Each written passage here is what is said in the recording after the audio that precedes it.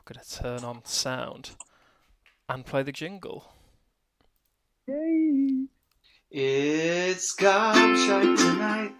Show respect, don't start a fight. With all the gimmicks you love to see, and some jokes understood by Reese Kennedy. So grab a drink and do what's right. All the cool kids are watching Gobshite tonight.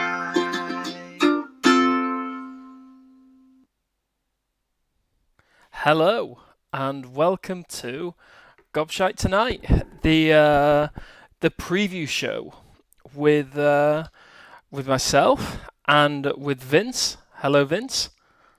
Hi, Jack. Hey, everyone. And Whammer. Hello, Whammer. Hello. Hello. Right, everyone's in. Let's just check that no one can chat hear us. That's the first thing that we need to work out. So please, someone say, yes, we can hear you in chat.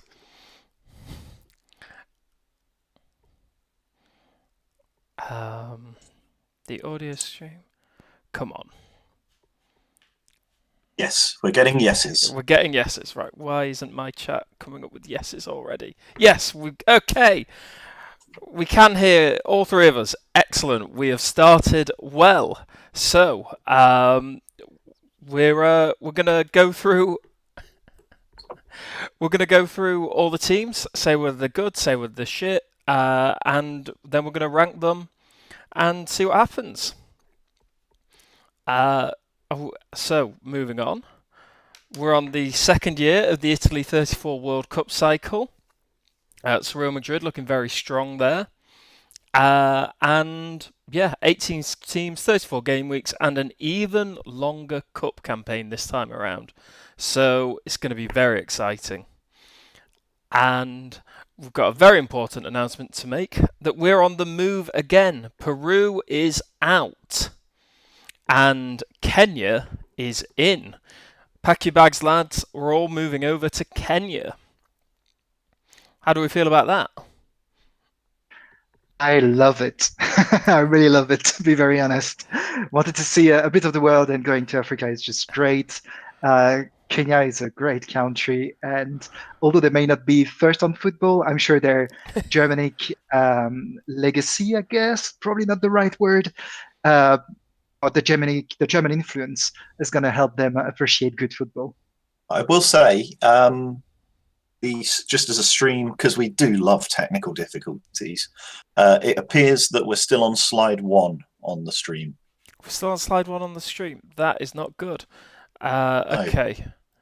Yeah, it does look like that, doesn't it? They're missing the lovely pre-prepared meme.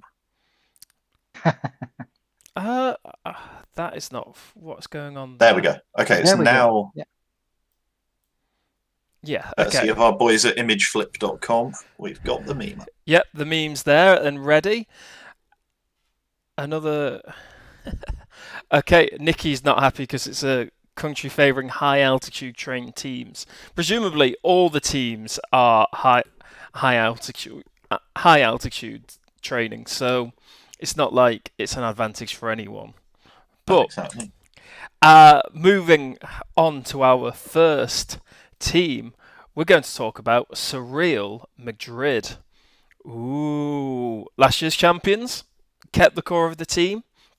We've seen it happen before where you keep the core of the team. I'm thinking FC Surs, and it didn't go quite so well. No, that's definitely one of the trends so we've never had a repeat champion first, so I guess that's not boding well for Real Madrid. I guess apart even from Barcelona, we haven't had a champion doing well the season after, as in finishing in the first third. Again, not boding well for Real Madrid. But that being said, when you look at the team, it's definitely strong at every position. It probably is lacking a proper star player. I don't know that Alisson is enough, but can you really fault a position there? Maybe defense a little bit, but everything is pretty solid, no? Yeah, I think it's a very solid team. I think, like Hadley has said, they have upgraded in some areas. They've definitely got a better keeper this time around. Whether that is at the cost of a of a more well-rounded team, but I think they've kept the spine excellently, replaced the wingers pretty well. So yeah, I'm I'm curious to see. I'm curious to see how Mueller does as a winger in the game. I don't know if he's good at that in the game. In real life, I don't know that it is still a position in which he is the most efficient.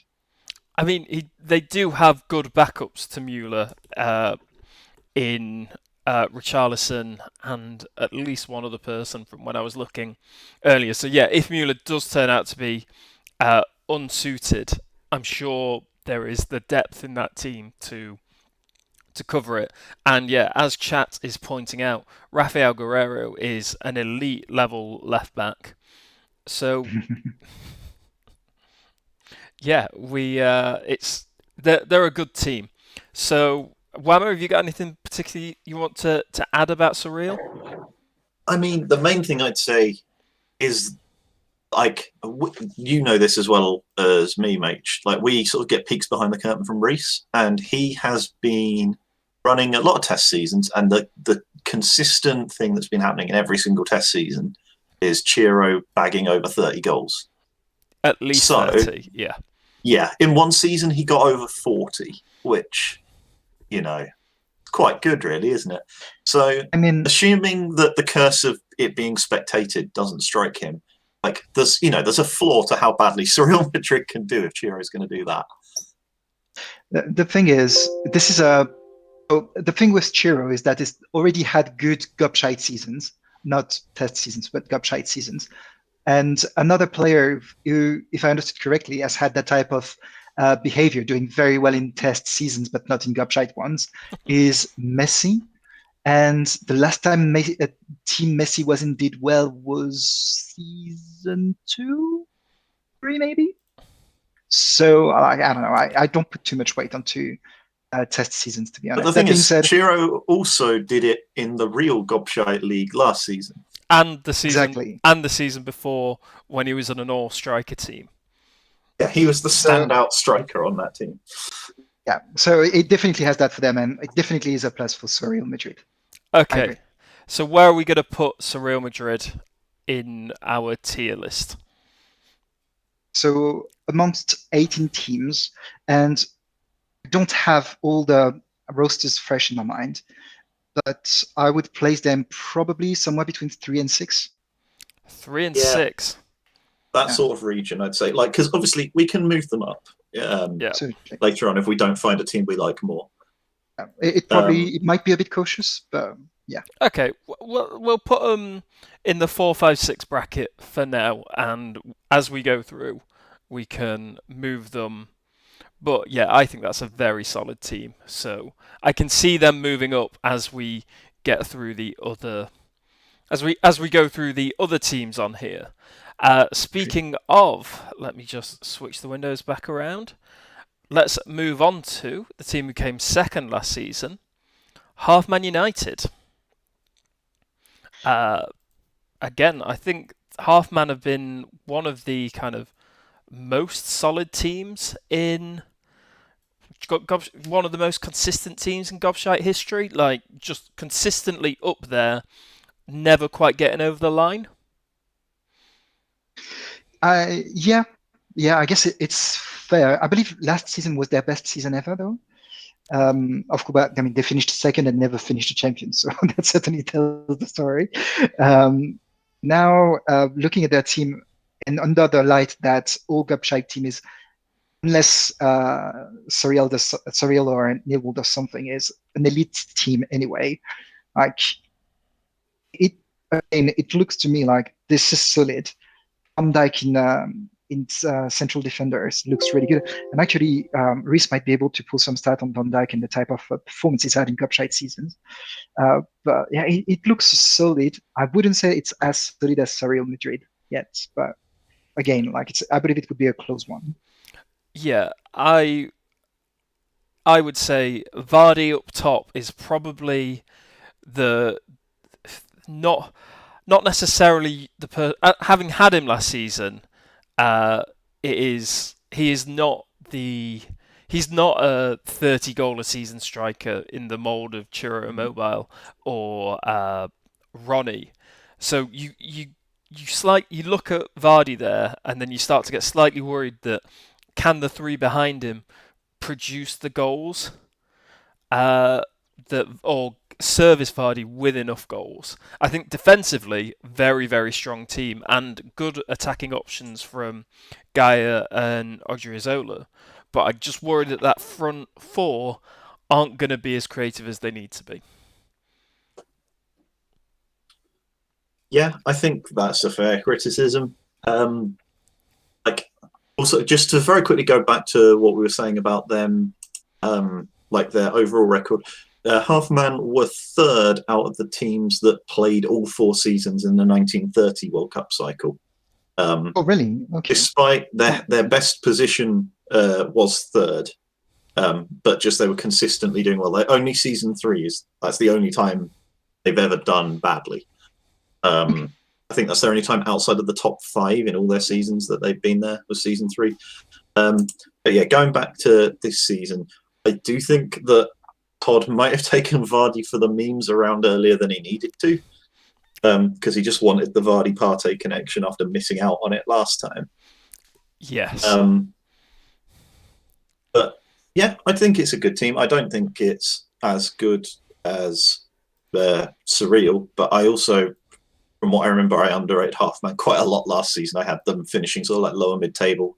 The other thing I'd say is, for those who missed it, Reese is also posting the preseason predictions in the game in our chat at the same time. And apparently the game has 17th as the position for Halfman, which, I mean, the game's positions are generally pretty unreliable, to be fair. But it's still not great. That seems harsh. So where are we putting the Halfman? I feel like we're putting them in 7, 8, 9 at the minute. Does that seem fair? 7, 8, 9, 10, 11, 12, that area? Yeah, I'd say either the bottom of 7, 8, 9 or the top of 10, 11, 12 would be where I have, just, slap bang as middle as we can get. Okay. Cool. So sorry, Todd. That's where you are for now. Maybe you'll jump up later or fall. As we move on to the next team. If it moves up like 3 or down very easily. Yeah, as we move on to the next team, the Ducks. How do we feel about the Ducks this time around? We quite famously slated them this time in the last season, and they came third and won the cup and made us all look a little bit foolish. So yeah. So what do we want to say about the Ducks? Vince, you want to go first? First, I would want to acknowledge that it was last season the best seasons of the Ducks so far, again, and that's really cool. It's really nice to see them do really, really well. As for this season, is it though? A bit like Reese can have the habit. It's a really strong defensive line, or you can see that's where the focus is going first. Like, I do think I might be wrong again. I don't have the qualities of these players in Football Manager, but when I see Boateng, Laporte, Navas, like, to me that sounds like a very strong back four. And if you add Hakimi, is decent anyway. So like solid defensive structure. How does it work moving forward? We've seen that Luis Alberto can sometimes be a bit lost on his managers, like whether it should be in midfield or up front is a bit unsure. So it might depend a bit on this for their season. I like the team. I don't think it's top 3. They might make me lie, but I don't think it's top 3. And based on what they've done last season, I would put them somewhere in the middle for the time being. Yeah, I'd say sort of, yeah, somewhere near Halfman is where I would put them when we get to the tier ranking. Just to quickly follow up on your defensive point, Vince, other than saving Luis Alberto from the previous year and obviously choosing Ronaldo as his first pick, Reese got all of his defenders and goalkeeper before he got any players further up the pitch. Yep. Yeah, and you have to wonder how much going for defensive solidity And Ronnie plus defensive solidity, is that going to be enough to make a title challenge, or actually is it just going to overwork Ronnie and they're going to have a lot of quite dull 0-0 games? I mean, I have to admit, it was written Ronnie, so I didn't realize, but of course it's Cristiano Ronaldo. And that adds firepower to the team. And I think he is probably a consistently better player of the team. I'm sure Reese can find someone of the league, pardon. I'm sure Reese or anyone else could find players that have been overall across 6 seasons better than him. But I think he would be in the top 3. Like, I don't know about average rating, although I assume there too, but I know Reese was tracking goals and assists per 90, and Ronaldo has the highest out of every player. It's something like 0.7 goals or assists per 90, which is pretty darn good. I agree, and that definitely changes because I saw a team very structured defensively, maybe lacking a bit in the offensive department. But once you had Ronaldo and a consistent at least 20-25 goals a season, probably going more high, and I would then place them somewhere in the top 3. Yeah, I think this team is at least as good as the Halfman team. If not up there in the same surreal bracket that we have at the minute. So bit of resentment towards Reese stealing my Navas, but I guess I'll have to concede that to him. All right, let's whack the Ducks in 4, 5, 6 for the minute, and we will move on if I can. I might push to get them moved down later, but okay, that is fine. Because I do want to point out as well, they do still have Zarate as manager, and I think they did well last season despite Zarate, not because of him. Yeah, and it's very interesting because off you go. Because last season's manager for the Patos was someone that we expected not to do much for the team, and clearly they've had great results. So that did question for me the importance of the manager in the team. Like, was Reese lucky in a way that there was a good equation between the players he's chosen and the managers he's gotten? I can't remember whether he was aware of the manager he would get before drafting his players or not. Okay. He was not. So, like, there's a problem. I mean, it's Cup League, so of course there's an element of luck. But yes, that's quite interesting. That does question the importance of the. On the one hand, I do agree with you about that. On the other hand, the next team that we're going to be looking at thoroughly reinforces the value of the manager. Yes, and lovely link there, Wemmer. Thank you very much. Thank you very much. Yeah, Los Hios. What do we think of this team? I mean, they're somewhat unchanged from last season. They managed to keep a lot of that very Liverpool-flavoured side together. They were obviously utterly shit for the first 15 games, but then got a lot better when they had a proper manager. What do we think of Los Hios? I don't think that the team is as good this year as it was last year, but I think it's still pretty good. I think if Adam had Tuchel last season, then he would have been up there with Surreal. I don't think, even with Tuchel from the start this time, I don't think he's going to be like challenging for the title. I think he'll be top half. I don't know, because I kind of agree. Like, I don't know that Tuchel is going to do great for the team like that. I have to admit, I don't realize if Thiago Silva had a good season last year or not. And my understanding is now that Football Manager is not how do you say it, tender with all the players. So it might be the type of players that sees its abilities decline sharply through the season. That's one thing. Then when I look at the top 3 player, I don't realize if Rashford is tier 1 player, as in shite level tier 1 player. I know, of course, Salah is. I love Marshall, of course, from the bottom of my heart, but I don't know that it's enough. Now, yeah, of course, when you look at Rakitic and Thiago, it looks awesome, but yeah, I don't know. I'm a bit more doubtful towards the Hijos than I was towards the first 3 teams we looked at. One very quick, this is going back, and I apologise for that, but I feel it's important. As I mentioned, Reese is posting updates in the chat as well, and the formation the media are predicting, or the formation the media are predicting for the Ducks is still 4-4-2, but they are predicting a different striker. They've got Alberto obviously going in midfield where he probably should go, but the second striker to go with Cristiano Ronaldo is one of the kids that Reece has drafted. The Peruvian Velasquez that he got, who generated last season, 15-year-old, predicted to start for the Ducks. Okay. I thought it was important to Important to bring note that up. that, yeah. So, where are we sticking Los Rios then? In our tier list. For the moment, I would place them bottom of the teams we've placed so far. Bottom. So maybe in that, just for the sake of it, 13, 14, 15. Wow. Oh, really? And of course, they can, for the moment, like they can move up and down, but just to make it clear.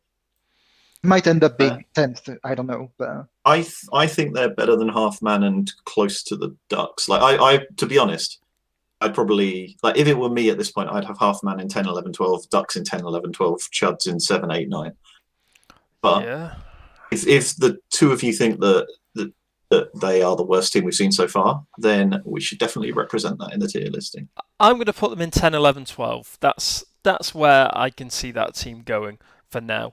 Obviously, I would quite like them to do better because I'm a big fan of Tony M and Marcus Rashford. So we'll leave them in 10, 11, 12, and we'll see what happens as we go through, because we have a lot of teams to get through. 18 teams. I'm glad we never did. We ever do this live when we had 20 teams? No, I don't. No, I don't think so. We did. Nah. I've been streaming for about 300 hours. Anyway, moving on. Barcelona. How do we feel about them? I mean, I think Stefan really shat the bed here compared to previous, because I always think of Barcelona as a team that's going to be in contention for their title. Yep. And I look at this team and I don't see it. Like Suarez, he's still going to get his teeth sunk into the league. Neuer's a great goalkeeper. But the players between them don't look up to the usual Barcelona standard to me. I'm maybe still under the charm of Stefan and what he's done during the previous World Cup cycle. But when I look at it here, I see Ernesto Valverde as manager. So technically a Barcelona style of manager, like that type of, not tiki-taka, but that kind of really swift, quick, short pass movements. And I look at the player he has on the pitch. Suarez, of course, fits in this very well. And I look at the rest, and it feels like it can work. Like he has some midfielders, so one very quick on the left, which matches kind of Pedro or the type of players they've had. Like Havertz and Royce are, of course, no Iniesta and Xavi, but no one really is. That being said, I think Royce can fit that role. Havertz probably a bit, but I would invert them. Put Havertz in the equivalent of Royce's position and Royce in the equivalent of Havertz's position. Kulusevski will never be Messi, and no one will ever be Messi again, I think. But, you have to do with what you get. Betancourt has proven that he can be a good Gobshite player. And for the rest, like Neuer, keeper, sweeper, I don't know that you do much better. Yeah, I mean, I get your point that it's not the flashiest roster we have, but it feels like the cohesion and the coherence between manager and what I imagine that manager could play and the draft could make sense. So I would value that. I understand how it's a bit underwhelming, but I would value that. Yeah, I struggle with this team. I think Vinicius in round 2 was possibly one of the worst shouts of this draft. Now we could be looking at, we could be eating our words when he scores a shitload of goals, but it's like the Leon Bailey thing when Josh kept him. Like Leon Bailey was a great player the season that Josh kept him, but that's not the point. The point is it was a waste of a pick. Like Stefan could have taken Vinicius Jr.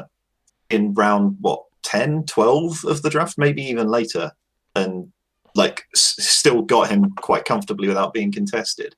And he turned down the chance to get, if we look, the people who were taken either side of Vinicius Jr., you've got Jordi Alba, one of the best left backs in the game, Angel Di Maria, Vardy was taken too early as well. But these are still really great players, and yeah, I feel like that was a he'd just done well in real life in the Champions League when Stefan was making his pick.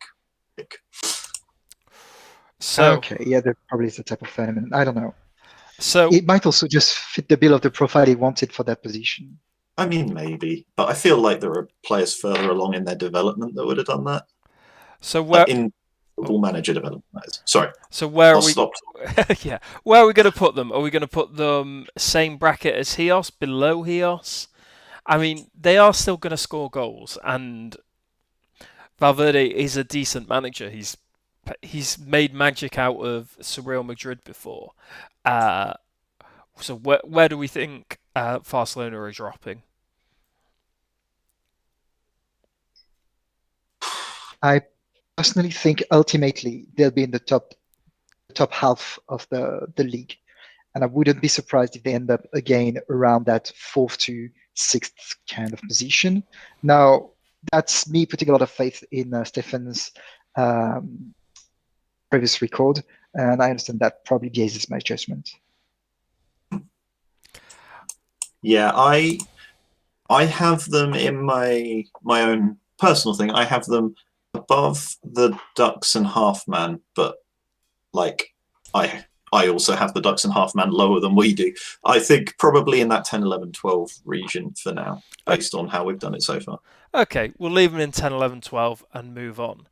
On to the Pocket Dogs. Now, I have had a request that we be nice about the Pocket Dogs, and so we're not going to say anything mean about the Pocket Dogs.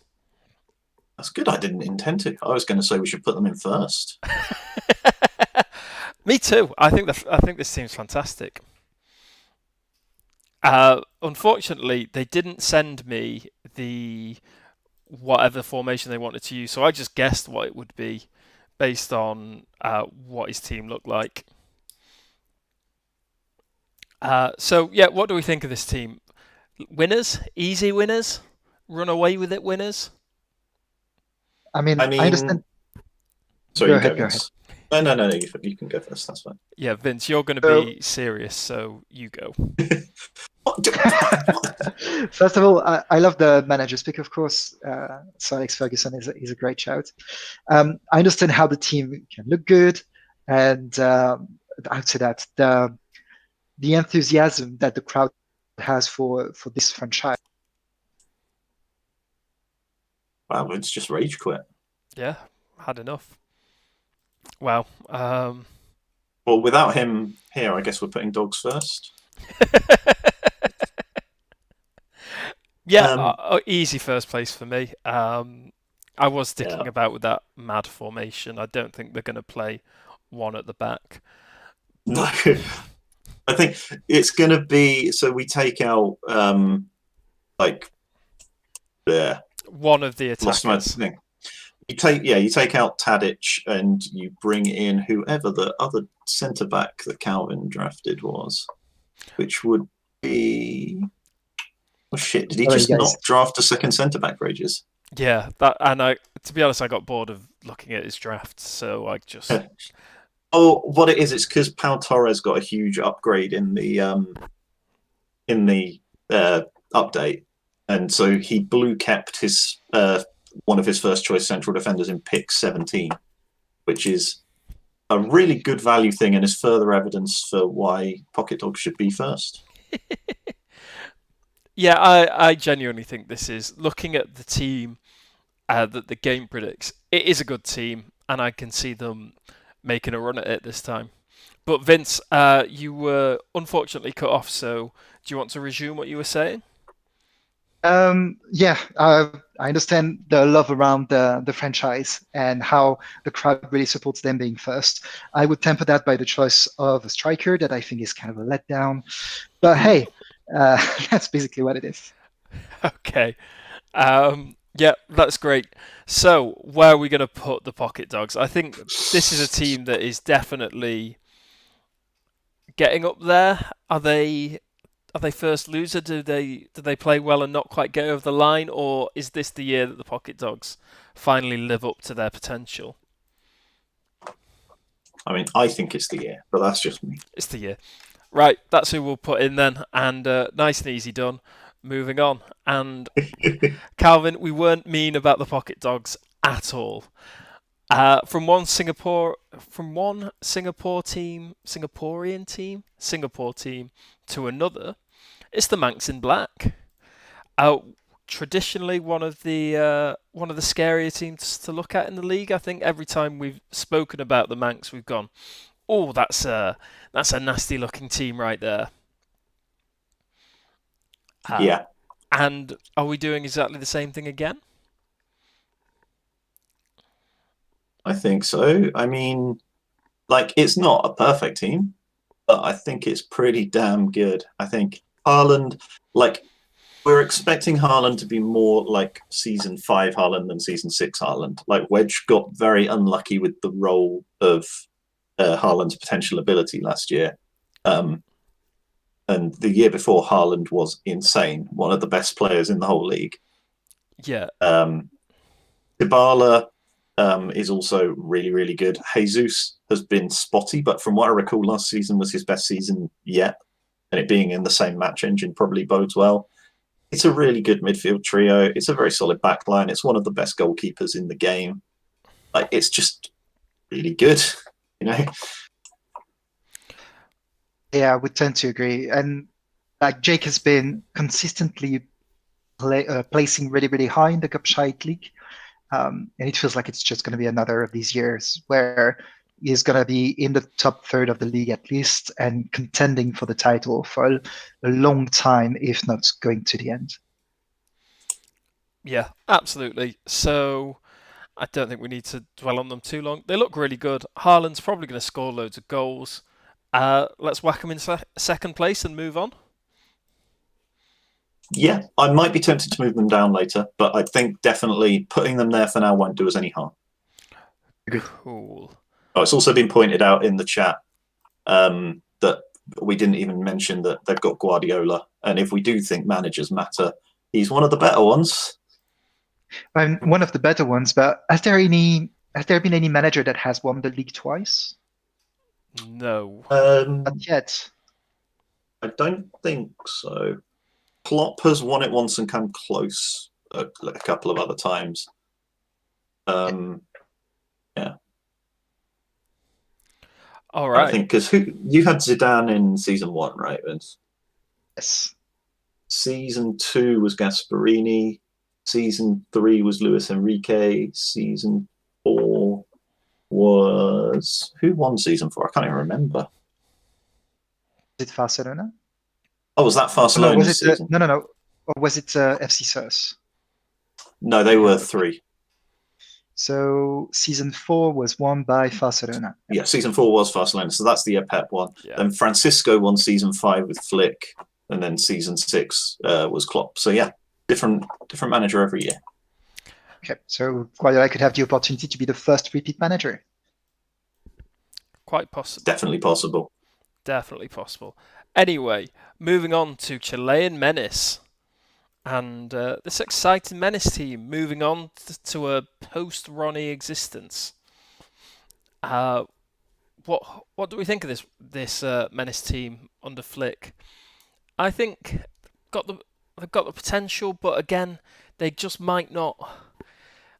They're just not up there with the very best teams we've seen for me. I don't know what it is. I don't know if it's top 10. Is he just never quite delivered on a proper striker season out of him? Mbappe again always provides and scores a lot of goals, makes a lot of goals, but I'm just not 100% sold on it. Yeah, it feels like Mbappe wants to be Ronaldo, but just isn't yet. Reece probably can bring some stats up, and I'm sure he's overall tremendous, but as a first-round pick, it feels like he might be a bit of a trap sometimes. And as much as I love, I don't know if I can let you finish that one, Vince. I think Mbappe is like, I'm sure Reece will be able to chime in, but I think Mbappe is I think only Ronnie has been better in Gobshite than Mbappe has. Really? Yeah. must have been unlucky because I've had him for a season that wasn't great. It certainly biases my view of it, and I can't remember him placing in a team that did really well consistently, like Ronnie has. So maybe I'm wrong. I mean, if it's a bit like Messi is great all seasons and his teams finishes 10th or 11th, probably not worth picking him. I mean, last season he was at Manx, right? And they won the cup and finished 4th or 5th. Well, they finished sixth, seventh. Oh, was it 6th in it? Oh, 7th. Oh, blimey. Yeah. Oh, they had a real stinker of an end to the season then. Yeah, I'm trying to remember who else he's been at. I mean, I can tell you he's been at La Belle de la Foot in season, was it 3? When we finished season 3 or 4, when we finished, or season 2 even maybe? I can't remember. But a season where we didn't do really well.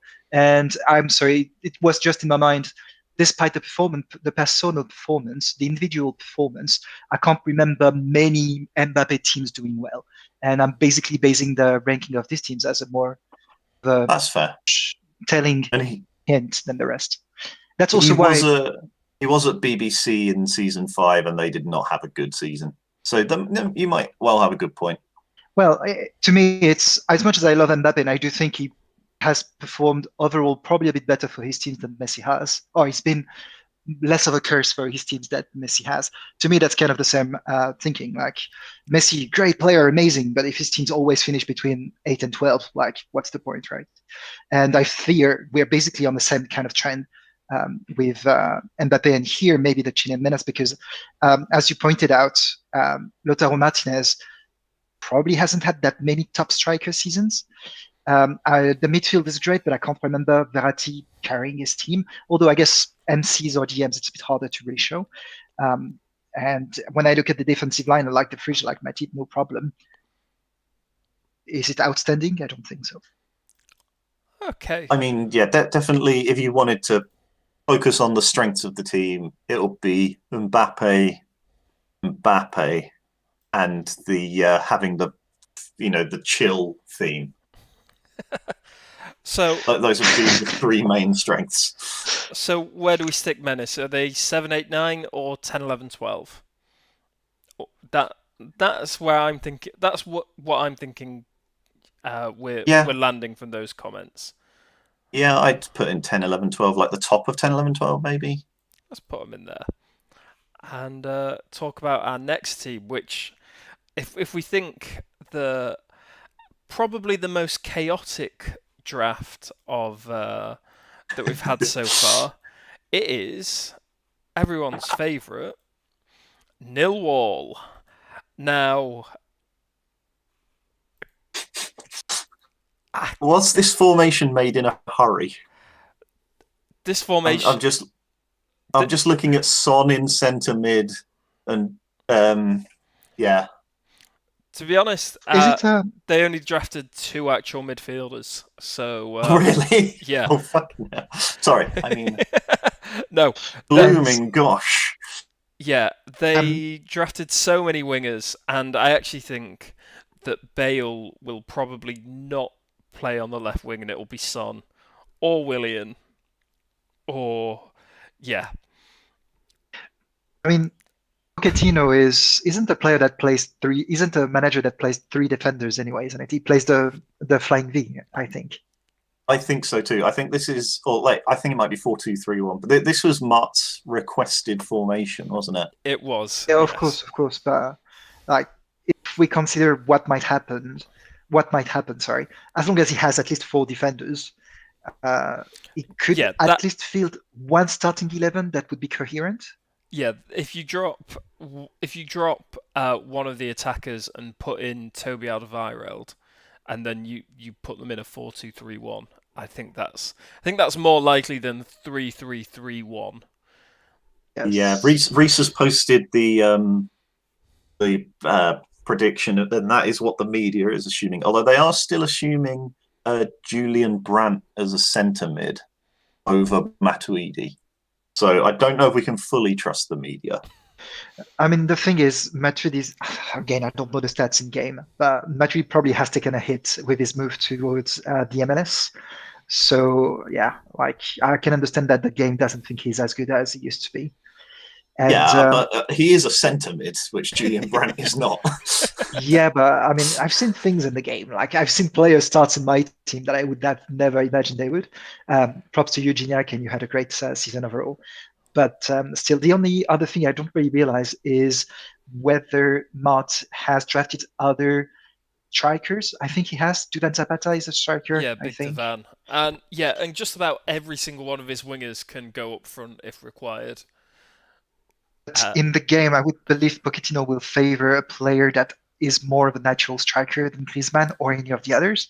So I imagine the game will start Zapata more, and therefore that will, in a way, crowd the midfield even more. Yeah. So we really went for the juggler on Millwall last time and predicted them 18th with the All Spurs team. And are we comfortable putting them in 18th again? Because I think this team has goals in it. They've got to have goals in it. They've got nothing else. Yeah. They've got goals in it. They've got goals through it. There's goals going every direction. Like, Mart is a genius. I don't understand his teams at all. Every single time I predict them to be bottom or near bottom, and every single time they're not. I do think they're the worst team we've seen so far. But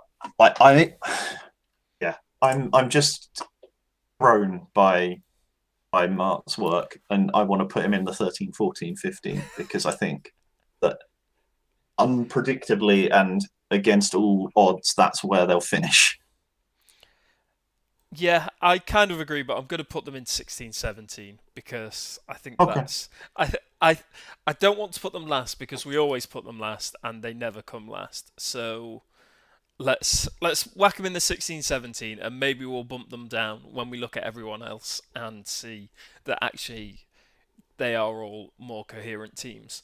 But as we've seen, it doesn't necessarily matter that the team looks more coherent. It's what happens in the simulation. And Millwall, they just scream goals to me, and they always scream goals.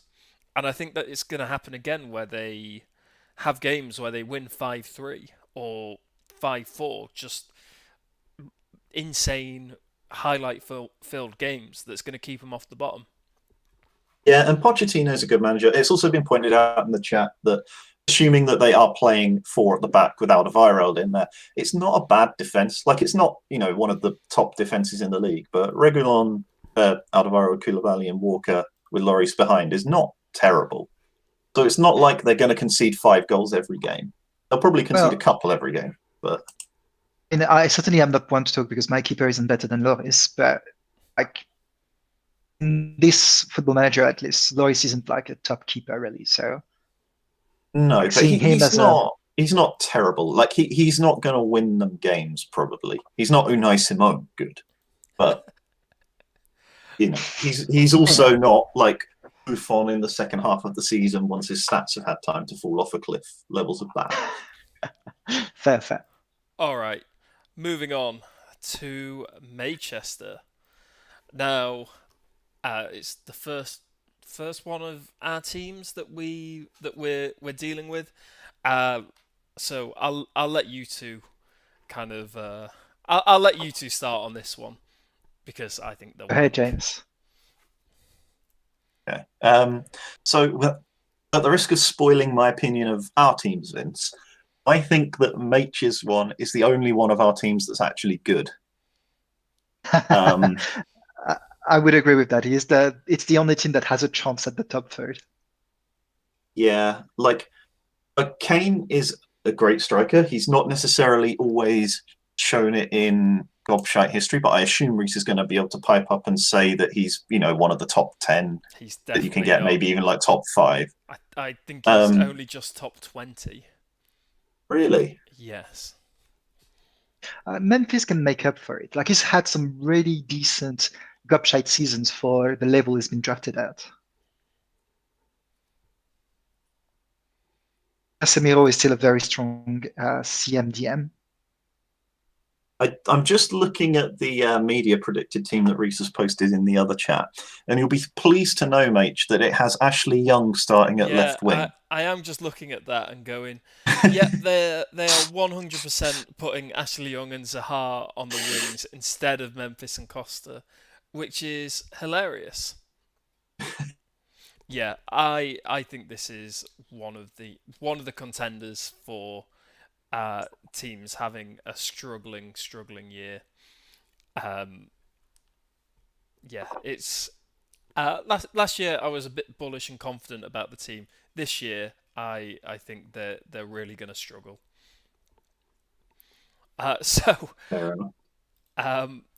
where are we putting these guys? I think I want to put them in 16, 17, but based on Wanda's comments about Martyrs and the BDLs, 13th, 14th, 15th. Yeah, I don't think I think there are at least 3 teams worse than Maychester. I don't know. I like the team. I do like the team, and if it has the shot at top 4, I do mean it. I would 7, 8, 9, but I understand your points, guys. And if you want to, I would also put 7, 8, 9, but I'm willing to allow Mate to overrule as given it's his team. 7, 8. I'd bite your hand off for 7, 8, 9, but based on what we've seen for Menace and Farce and Hios, I don't think that team is better than what we have at the minute. What we're looking at the moment. So, next on the list is the Weasels. I had a bit of time earlier when I wasn't. Where I had a. What on earth is that? They're not liverbirds. They are red swans. That is one of the most offensive things that's ever been said to me. Liverbirds. The red swans. Anyway, yeah, that is Big Bob and the Seven Dwarves. Of course. Okay. What do we think of the Weasels? Odd is what I'm going to say about the Weasels. Yeah, it sure is a George team, isn't it? I mean, I love Lewandowski and Insigne. Like, if they're paired together, it feels like this is going to be a really striking line. Yeah. Sorry, I've just been completely thrown by the accusation of liverbirds on my badge, and it's just completely derailed me. I'm just Scandalous. Absolutely raging. Yeah, I don't know what to make of this Weasels team. I never can tell. I usually think they're going to be bad, and then they're good. Or if I think they're going to be good, they turn out to be bad. So I remember last season I was pushing hard for them to be ranked low in our predictions and was getting overruled. And they finished somewhere in between where I thought they would and where you thought they would. So Weasels last season. They were like 12th or so last season. No, I mean they were one space below Mage because that's the order we're doing this in. Exactly. I'm just trying to remember last season who was their team. I can't remember if it's last season or the one before they were playing Messi. Yeah, last season is when they had Messi and they were playing strikerless. Yeah. And okay. And I imagine, yeah, okay. I see what you mean. They haven't done great last season for sure. But if you look at it here, like Kimpembe Langley is technically a decent back line. Bilva is great. As you said, probably is not at that age that his stats would drop in the second part of the season. And I love Lewandowski and Insigne. To me, it's at least a mid-table team. Mate, just one quick thing. If you refresh the slides, I don't know if that's easy to do, but I've put the manager name in. Because it's no longer Tabah. I'll see what I can do. I'm unsure how easy that is. Oh, God. Yeah, that was probably a mistake. If we go back to here, yes, and then we go into presenter view. Easy. Yeah, where do we think these guys are landing then? I think they're probably in 13th, 14th, 15th with Manchester. I'm happy to put them there for now. I think they might do better than that, just because Big Bob can just win things. Yeah.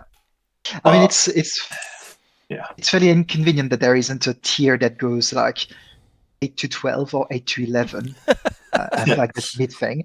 It's But fine. I would have placed them around the 10th position.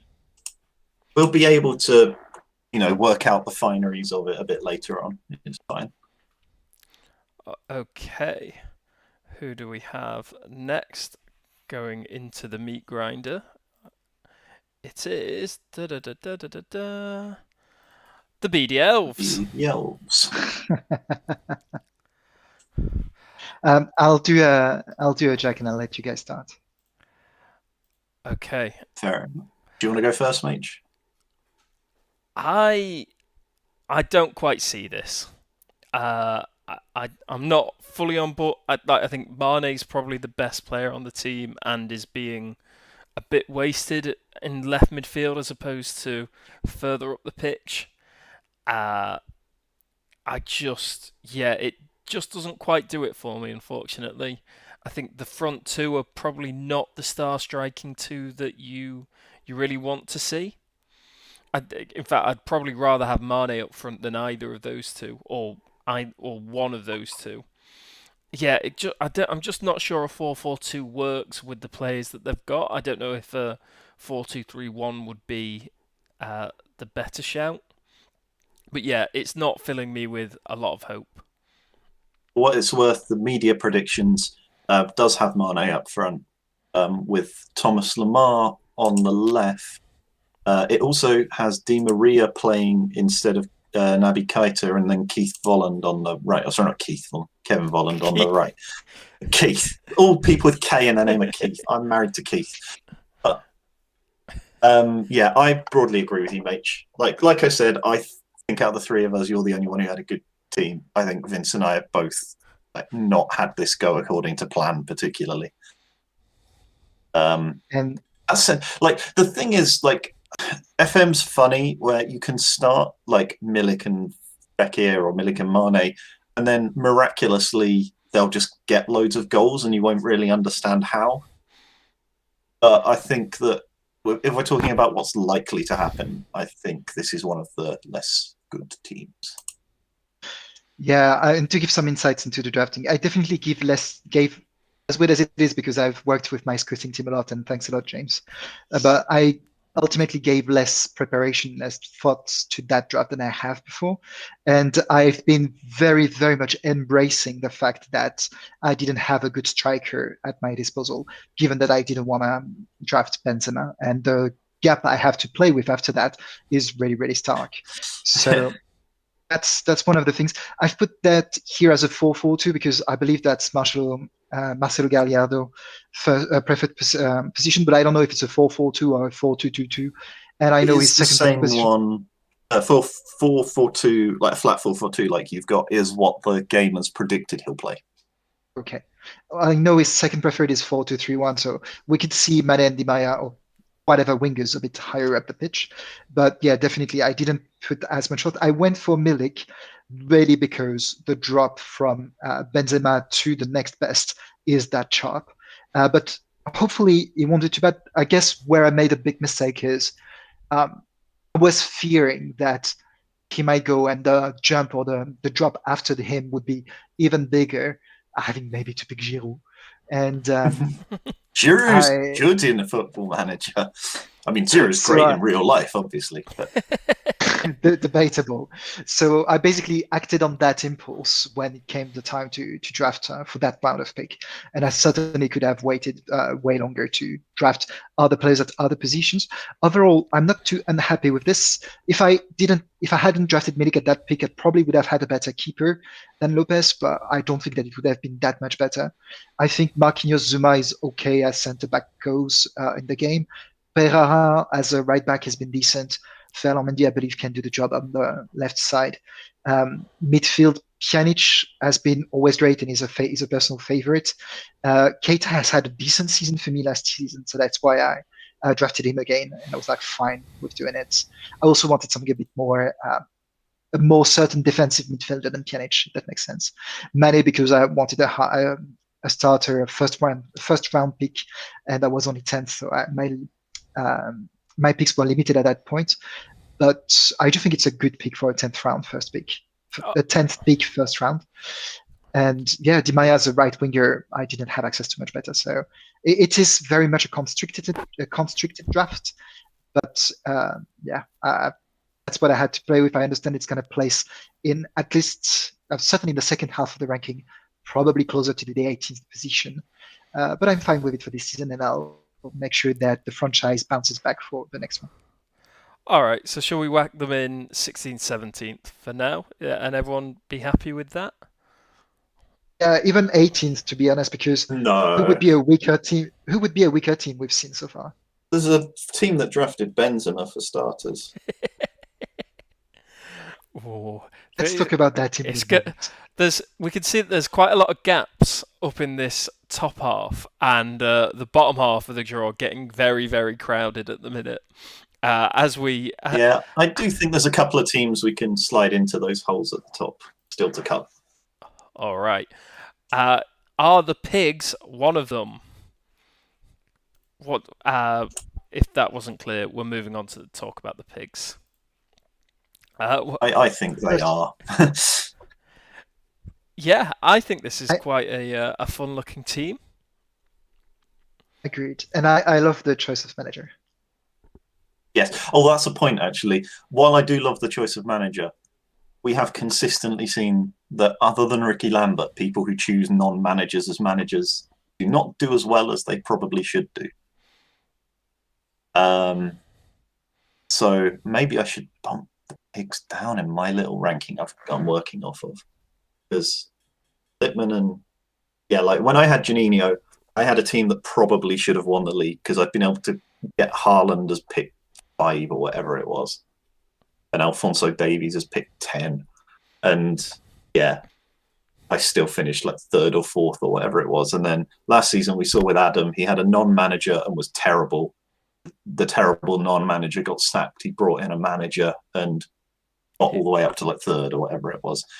I think Littman, and as much as I absolutely understand Johannes' admiration and adoration for Littman, it's the same that I have for Juninho. I think that might cost the Pigs a little bit. But I'm only focusing on Littman because I really like Johannes' team. I think Lukaku is consistently great in the Gobshite League. I think Neymar is also really good in the Gobshite League. You know, he's got 2 of the very best people that contribute goals in the entire game in the same team. And I don't think there's any obvious weaknesses further back. I think it's a really good midfield pair of Fernandinho and Saul. I think that Corona and Bernat are both really good bombing fullbacks, and Andre Banana's a really good keeper. I think Varane and Saul are a solid centre-back pairing. Yarzabal and Iñaki Williams fill out the team really well. I think that is a really strong 11, and I hope for Johannes' sake that Littmanen can make it work. And FYI, Jack, I don't know, but it looks like we're still on the power rankings on the team maker. Yeah, it definitely does, doesn't it? That's fixed now. My bad. There was a minor error. I just didn't click a button properly. They have a... Yeah, it's a... I'll just keep talking so everyone can have a look at the squad. I think it's a very good team. I like Iñaki Williams. I think he got a lot of goals for Manchester a couple of years ago and was pretty decent for Hios last year as well. Neymar and Lukaku are going to score so many goals that I can't see them finishing outside of the top half, and probably nearer the top half of the top half. So, yeah, where are we going to put these lads? Very quickly, I just also want to say I've looked at the media prediction one that Reece has posted in the chat, and there's 2 things that jump out. First of all, it's got Fernandinho in centre-back instead of Saul, which is allowing it to fit in Johannes' prized blue keep Jordan Veretout in midfield, which is just beautiful. And then secondly, it doesn't have Onana in goal. It's got Hradecki as the starting keeper, which I don't know whether that like Litmanen is hard coded in to be like incredibly nationalistic or what, but that's just beautiful. Yeah, it would be amazing if Hradecki starts every game. Oh, Reese has just said it's because he forgot to remove Onana's suspension. That's boring. that is boring. That is a shame. Anyway, moving on. Let's put the Pigs, whack them into third or into fourth, fifth, sixth. It's place them in a 4th, 5th, 6th because I do think James is right. They might have a struggle at the beginning of the season until they have a change of manager. Do a Heros. Cool. I would love them to not need it and Litmanen to be great though. That is like they're the team that I want to do the best. I think, like discounting my own because I don't think we'll be close, so it doesn't matter. Well, speaking of your own team, here we are with the Martyrs. And yeah, a Conte team. They're not traditionally the most exciting teams in the league, and what I suppose Firmino has never scored that many goals. Messi has never had a truly great season, but has always been close. That midfield three doesn't quite do it for me, but. Maybe it is just solid. Maybe it is just packing enough players in there to let Messi and Bobby Firmino shine and score a load of goals. I don't know. It seems there's a lot of question marks over this team in my head. Yeah, I mean, personally, I see Messi, so I just place them somewhere between 10 and 11. Sorry, 9 and 10, I assume. I'm sorry, 9 and 10. Now, the idea of an Antonio Conte team with Messi is interesting because they should be playing with the wings being very important, isn't it?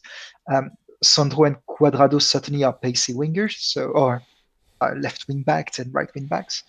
Maybe that could work. It's just the problem. My opinion really is to play Messi in Football Manager. I do think you need the right system around it and probably the right players. Maybe Firmino is. I don't know that the rest are. And that probably would be my take on why this team will do somewhere around, 9, 10, 11. So I'll say what my plan was and then how it went wrong. Basically, I wanted to keep Conte because I thought it'd be interesting to see how he does in FM21. And then when we got the draft order and I was 4th, I was like, great, that'll be prime territory to be able to get De Bruyne. And I think that one of the important things you need in a Conte formation is a centre mid who can bomb into the attacking space behind the strikers so that sort of like along with the wing backs, they can form the 3 behind the front 2. And I thought Kevin De Bruyne is the best person in the game to play that role. And then fucking Messi was still on the fucking board when it reached me. And it was like, as a point of principle, I cannot let him slip to pick 5. Like, that's just dumb. Like, I know he's not always done the best in terms of his teams in the Gobshite League, but he is one of the 2 best picks, arguably, like on paper. And I know how much we love doing things on paper, but on paper, he's still arguably the best pick. And I was like, there's a point of principle. He's not getting past me. But I mean, like, imagine this team if instead of Canales, who I took like round 9 or whatever, I had De Bruyne, and then instead of Messi, I had just one of the many strikers who's capable of scoring loads of goals, and I think the team immediately looks a lot better.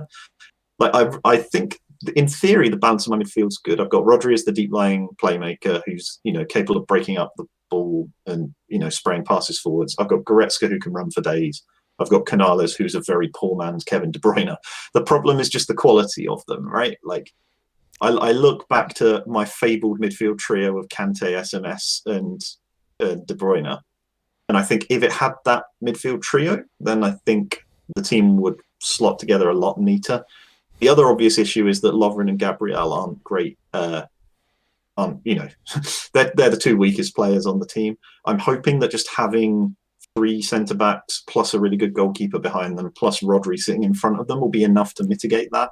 But overall, I think I'm going to probably, that teams will have enough opportunities against me that they should hope to score a goal or two each game.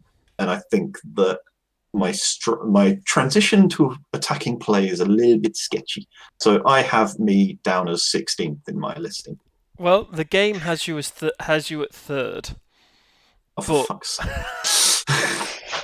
But Well, we have to remember that I think the game goes very heavily weighted off current ability of the players. So Messi, the team with Messi, always gets bumped.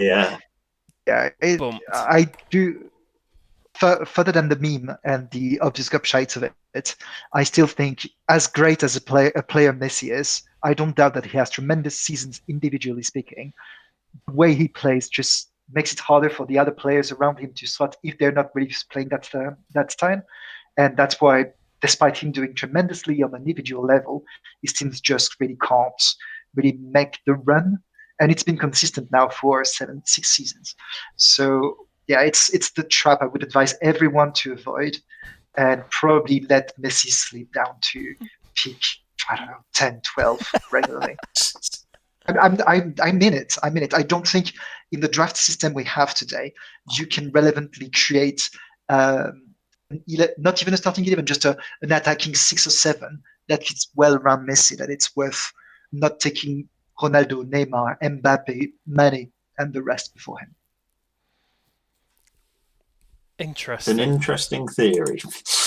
Okay, so it's a theory that's been quite proven by 6 seasons of Cupshite history. Okay, so where are we putting martyrs? Are we putting them 13th, 14th, 15th, 10, 11, 12? I don't think they're 16, 17 bad, but they just don't fill me with a lot of hope.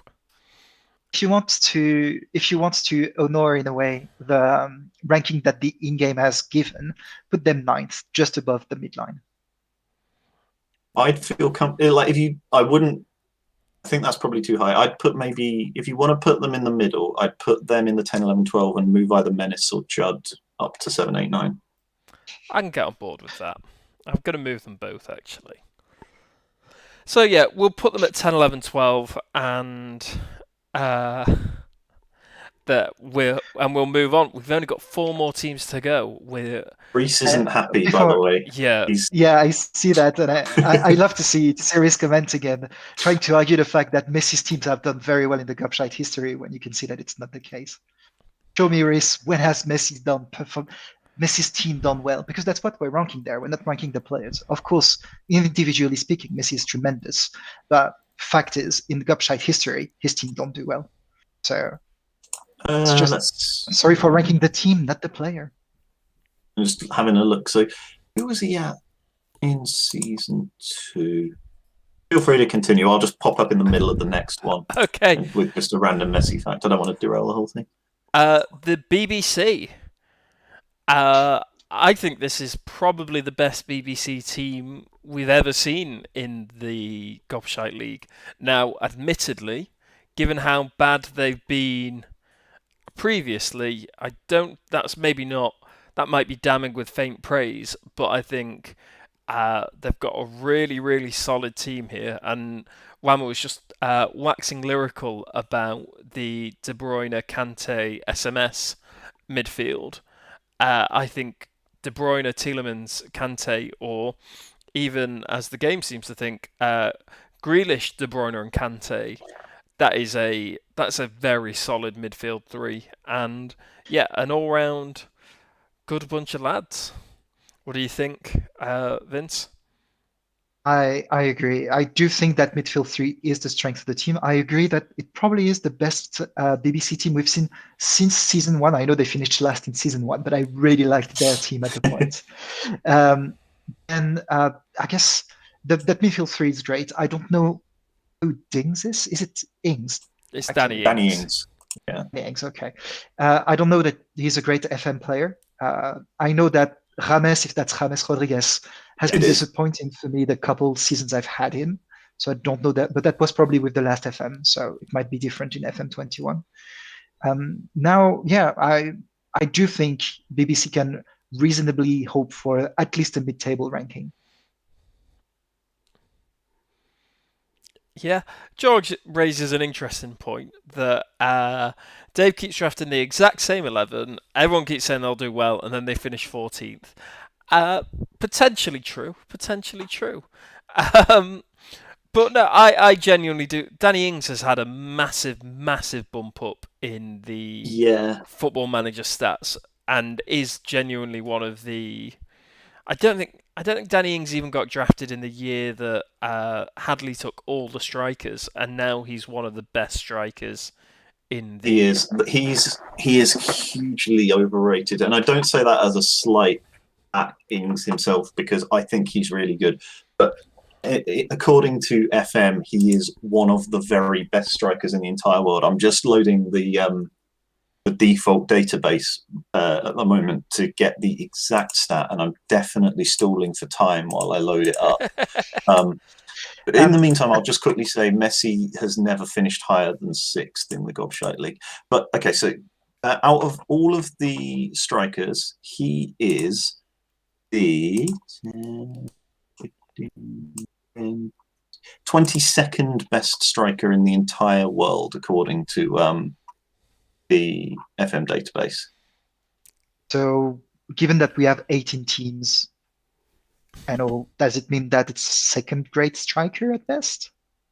It's, to be fair, and that's 22nd, including people that will not necessarily play up front. So the likes of Dybala and Griezmann and Mbappe, Messi. Although Messi will play up front in my system, but yeah. Like, there's quite a few people that you wouldn't necessarily draft as your striker who still factor into that list. So that probably bumps him up to what, 10 instead of 22, 10, 12 instead of 22? That's probably a bit too high. But my point is that while he's an odd name to have there, he is like one of the weaker solo strikers. He doesn't stick out as being wrong based solely off the FM stats. Like when we factor in real life, it looks really odd for a team in like a dream team league of all the players in the world to have Danny Ings as their solo striker. But in the context of the game, it makes sense. Okay. All right. So where are we going to put the BBC?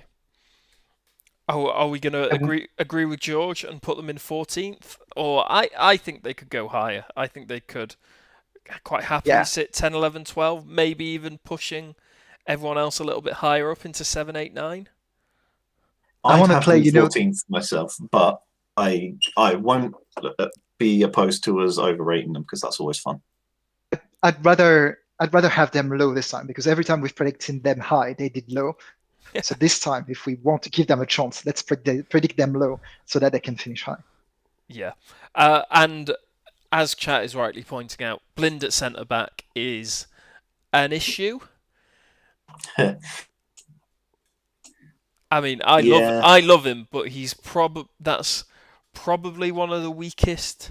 I mean, of the teams that we've seen with two centre backs, that's probably one of the weakest pairings. That's counting Marquinhos and Zuma. Yeah. Yeah. All right. So yeah. Okay, we've only got 3 more teams to go. We're scraping the barrel of last year. And we now have, if I've done this correctly, FC Sirs. Hey, this team, who I believe you said, Whammer, they had the opportunity to keep the best possible, to keep one of the best possible players in Alisson and chose not to. They chose to keep Mateo Kovacic over Alisson. Alisson, I know current ability is not everything in terms of these drafts. Alisson's current ability is 175. Kovacic's is 148. Arguably a mistake. I know Nicky said that it was about the fact that Kovacic is a legend. I would again refer back to the Vinicius Junior, Leon Bailey situation of you could have still kept Alisson and got Kovacic. That was just odd. I understand how Kovacic. So basically, what you're thinking is you probably would have gotten a better player than Kovacic at midfield than you would have what you would have traded Alisson for. What you have traded Alisson for, like he traded Alisson for Ederson. If I understood correctly, it's still one of the best keeper in the game. Yeah, but it's that he had Correct. to then spend his round 2 pick to take Ederson rather than one of the other great players who he could have I taken don't if know. he'd kept Alisson. I could see. I mean, whether the strategy was there. Looking at the team here, I can't help but really like that team. I understand that Kovacic, Wijnaldum is probably debatable, and probably the defense in general, apart from the keeper. Although Benatia is probably decent. But the front three of Aubameyang, Benzema, and Koeman I really like. I don't know how they are in-game, but I do really like them. I know that Reece would bring up the fact that Benzema hasn't had great FN seasons since season 1. But if the manager plays Benzema correctly, that could work. I don't know that Laurent Blanc will. That's the thing. I think I've had him as a manager, and it didn't do well. There's been a few seasons where the Label de la Foot hasn't done well now, so it's hard to know for sure. But yeah, I do like the offensive three. SMS, I believe, is a solid pick in midfield. I do think Kovacic Wijnaldum is serviceable. Anderson is a great keeper, and we're talking about a team that has a great keeper, a decent midfield, and a really potent attacking line, potentially potent attacking line. And I'm sorry, but to me, that looks like a really, really cool team to follow. I question Wijnaldum as a DM. Not because he's not capable of playing it, but I think he's capable of playing it in, like, this is weird to say about a DM, but as like more of an attacking role. Like, you don't really want him sitting in front of that defense, but that defense that Nicky's drafted is a defense that needs someone sitting in front of it. You cannot rely on Hernandez and Benatia as your starting centre backs. Hernandez and Benatia do look weak, and that entire back line looks. I know Tierney becomes very good in Football Manager, but I don't think he's there yet. If we were playing this for if we played each draft for 3 seasons, you can see Tierney becoming a great player, but I just don't think he's quite there for the 1 season that we're in. Reece said, after I said the defence needs a player sitting in front of it, Reece said it needs 6 people sitting in front of it. Yeah, chat have gone in hard on this team. I mean, to be fair, Reece has gone in hard on this team. George has also said a real-life human person made a bet for stakes, despite drafting that back 4. It's yeah, there's not a lot of love for FC Sirs coming out here. But I don't know. except for I do like the Vince. team. Okay. I do like the team. I don't know that the manager will play Benzema in his best role, but I do think there's potential if that happens. What do you think is Benzema's best role in that context? Well, basically, advanced forward, deep lying playmaker, and I don't know that Laurent Blanc plays that like this. Nicky's falling back on past successes in the chat, which is from when he had Aguero as a striker. I'm just going to say. Yeah, like, this is where you're going to make us move people down, but this team's the reason why I wanted us to leave a gap at the bottom. Wow, you think they're the Uruguay surreal level bad? No, because Surreal were like the comedy meme team. This is more the Arbor Red level bad. I disagree with that statement. Yeah, I disagree. I would be putting them slightly higher, maybe in the 16-17, and either bumping Millwall down or bumping BDLs and Weasels up. I really don't mind BDLs being last on the prediction on the preseason rankings. Not that I think that will necessarily happen, but I see how we would be fighting around 16-18 anyway. So under that, I would place Label de la Foot last, and probably bump FC Sirs above.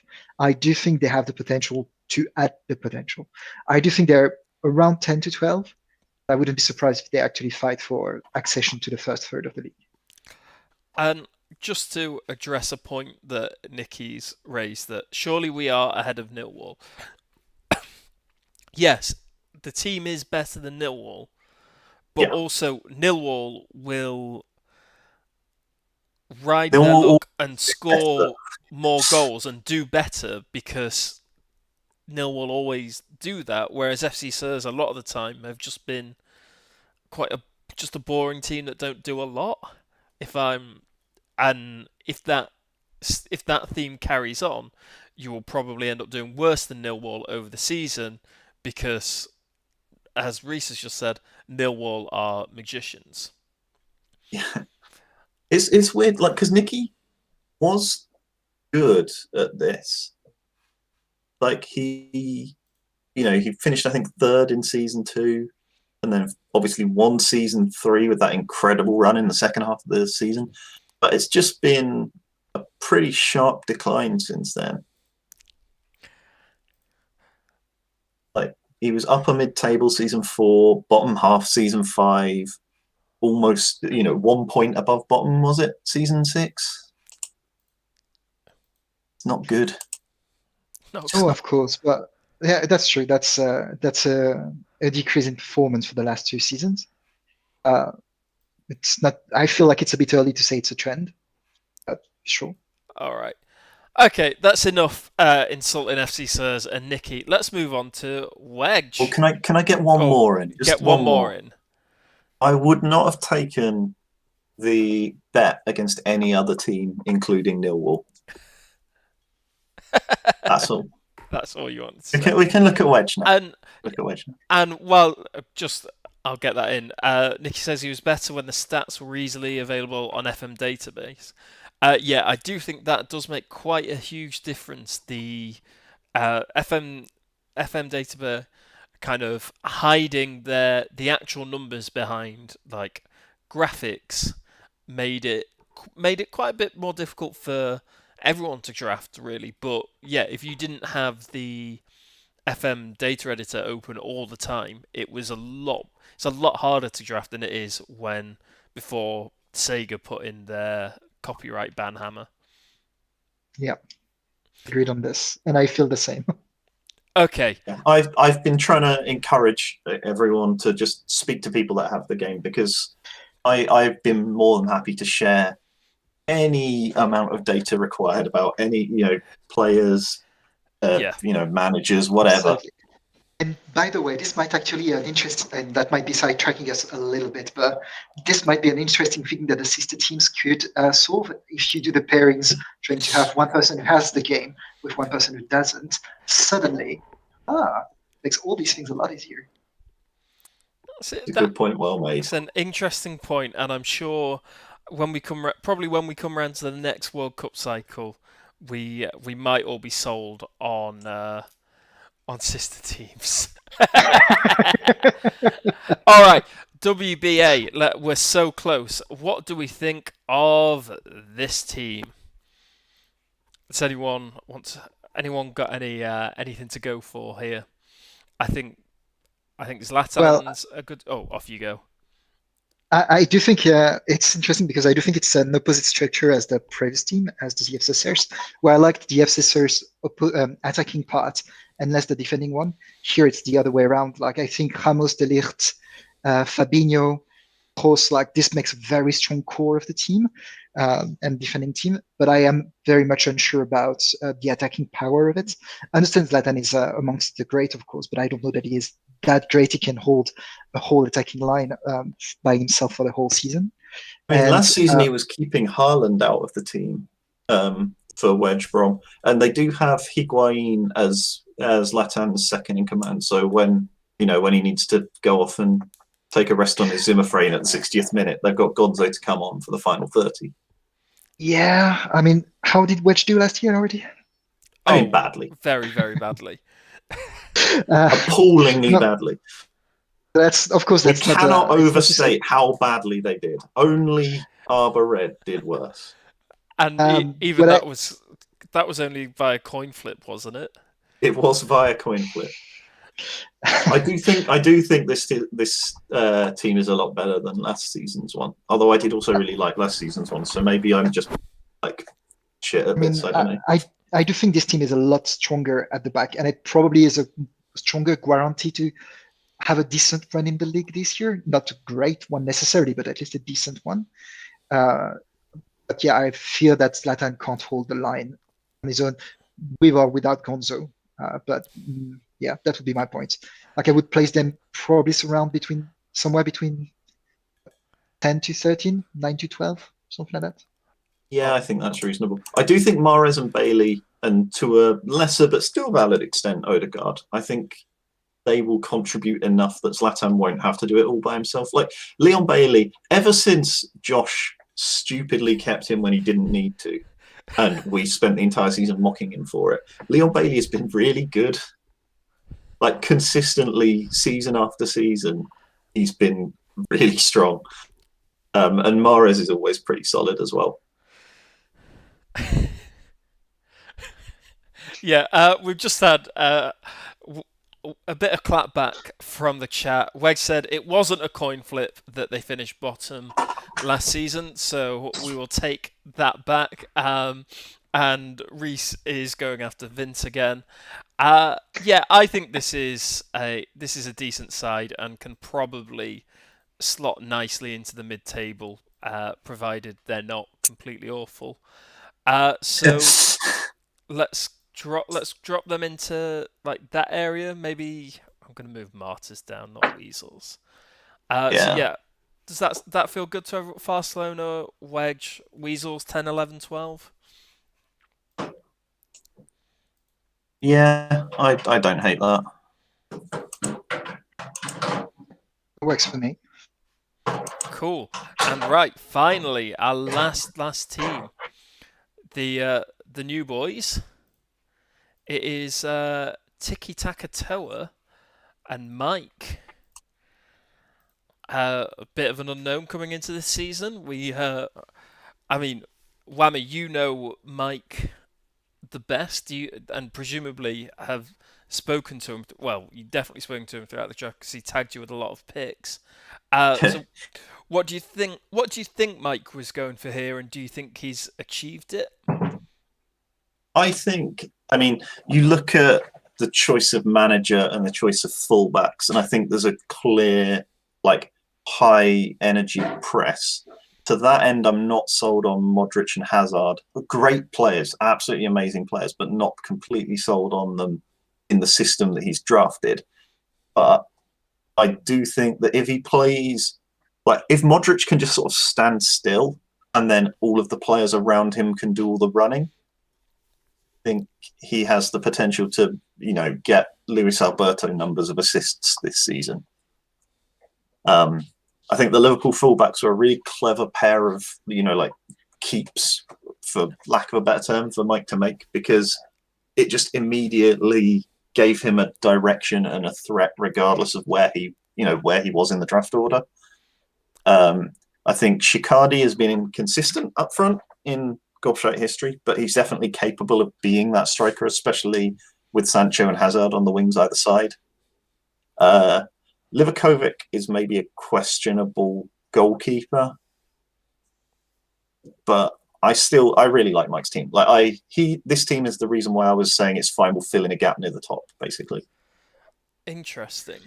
I mean, I do like I don't like it, but I appreciate that it is good that he got Trent and Robertson, and as new people to the new person to the league making picks. It's not like Lacazette or Jadon Sancho bad picks for the establishing your team's identity. Yeah. Yeah, you mentioned then that if Modric can stand still and everyone around him does the running, that's where the concern comes in for me. Are Vidal and Allen enough to kind of pick up that weight and do enough running and enough of the other midfield stuff that they have to do so Modric can just sit there and pop balls off? It'll be Um, interesting to see. Yeah, Can I I ask? think this is the team that will have, like 5-4 type score lines this season. Sorry, Vince. Can I ask? Is Marcelo Bielsa's preferred formation 4-2-3-1? It's actually it seems to be 4-3-3. Okay. Yeah, so in game it reckons the same 11, but with Sancho and Hazard on different wings and Allen in defensive midfield. So it's the flying V. Yeah. Because like in the flying V, I feel like Modric has a lot more potential. I do like the idea. I think the idea of going for two of the best fullback pairing you can find really clever, as James say when you arrive in the draft. But the whole back three of the keeper and the two central defenders leaves me a bit doubtful. I don't know that this is enough to hold some of the firepower we've seen in the rest of the league. And I fear that might just be the downfall. Modric, Vidal, Alan, yeah. If Marcelo Bielsa really goes for the high press that we know him to have in real life, might be a bit short. Like there's no Casemiro to really bridge the gap for Modric, for example, and there's no Kroos to really cover as well. Hazard, Sancho are great wingers anyway. As you said, Icardi is inconsistent. Is a bit like flip a coin at the beginning of the season and see if you have a good or a bad one. Hopefully, it will be a good one for Tiki Taka Tour. I would rank them in the bottom half, not necessarily low, but somewhere below 10. All right. Yeah. Well, just before we get onto the ranking, Reese wants to know: is it worse than Schmeichel, Stones, and Maguire? Which it probably is slightly worse, but I also don't think the players in front are as good as Hadley's boys were last season. I think I think Pogba. I would agree with that. I think it's worse. I think Pogba, Henderson, Fernandes, and Chiro they took so much pressure off that defence by being such a dangerous attacking force that actually the Surreal defence didn't have to be the very best defenders in the league or the very best available defenders because they had to do a lot less defending. Okay, so let's just Whammer. You wanted to put these lads high, like third high, or? I mean, personally, I don't know. Like maybe I overrated them. Like I feel like you've done a good job of persuading me that maybe I had them too high in my ranking. But that is the slot that I was sort of saving for them. If we want to move them down and move other people further up to fill that slot, then that's fine. But yeah, I have them potentially challenging. It's tough to say. How about you, Reese? No, Vince, where do you want to put them? I would put them, as I said, bottom half, not necessarily low on the bottom half, but somewhere between 10 to 14. All right. But I